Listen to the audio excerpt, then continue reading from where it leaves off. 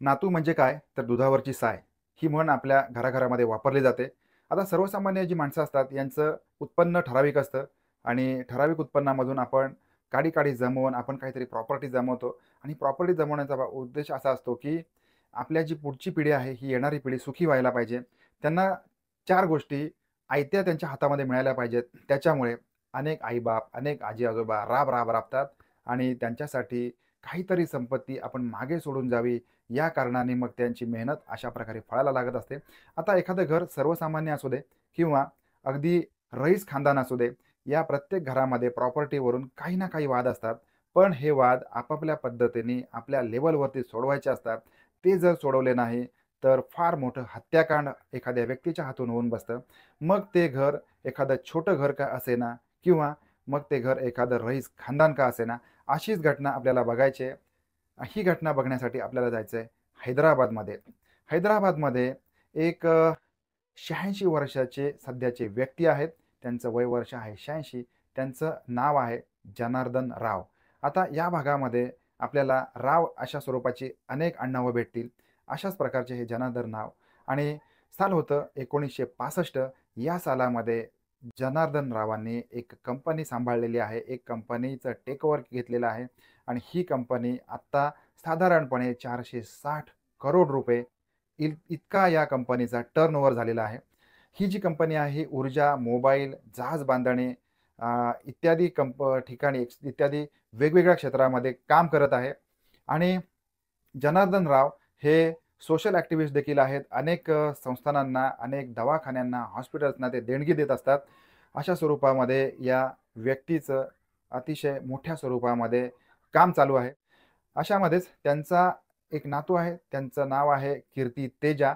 याचं वय वर्ष आहे 28 आणि हा अमेरिकेसारख्या मोठ्या देशामध्ये याला पोस्ट ग्रॅज्युएशनसाठी शिक्षणासाठी पाठवलेला आहे आणि त्याचं शिक्षण करून हा तेजा आपल्या हैदराबाद या मूळ गावी परत आलेला आहे आणि हे सगळं सुरू असताना त्याचं आणि त्याचे आजोबा यांच्यासोबत काही प्रॉपर्टीवरून वाद सुरू होते आणि हे जे वाद होते, ह्या वादाचं मुख्य कारण असं होतं, यांची जी मोठी मुलगी आहे, अ, हिचा जो मुलगा आहे त्याचं नाव आहे श्रीकृष्णा.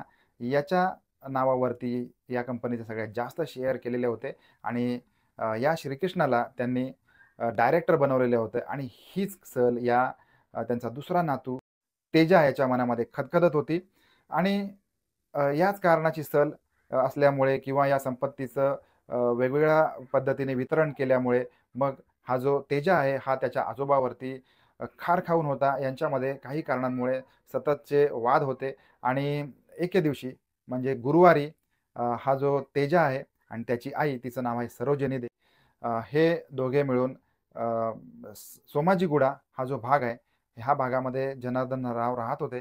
त्यांच्याकडे हे गेलेले आहेत आणि सरोजिनी देवी ते किचनमध्ये गेलेली आहे.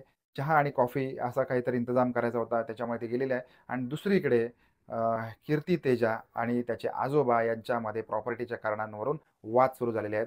आता सुरुवातीला काही त्यांचे जे बोलाचाली असतील, मग त्याच्या आजोबांनी त्याला विरोध केलेला आहे किंवा या ज्या गोष्टी असतील, याच्यावरून ह्या दोघं आजोबा आणि नातवांमध्ये वाद विकोपाला गेला आहे आणि या कीर्ती तेजाने जो 28 वर्षाचा तरुण, त्याने त्याचे आजोबा ज्यांचं वय वर्ष आहे 86 यांच्यावरती चाकूने सपासप वार करायला सुरुवात केलेली आहे. साधारणपणे 70 पेक्षा जास्त वार या 86 वर्षाच्या वृद्ध व्यक्तीवरती सपासप हा तरुण करत होता आणि हा सगळा आरडाओरडा ऐकून त्याची आई किचनमधून धावत आलेली आहे. आता हा जो कीर्ती तेजा आहे हा संतापाने लालबुंद झालेला होता.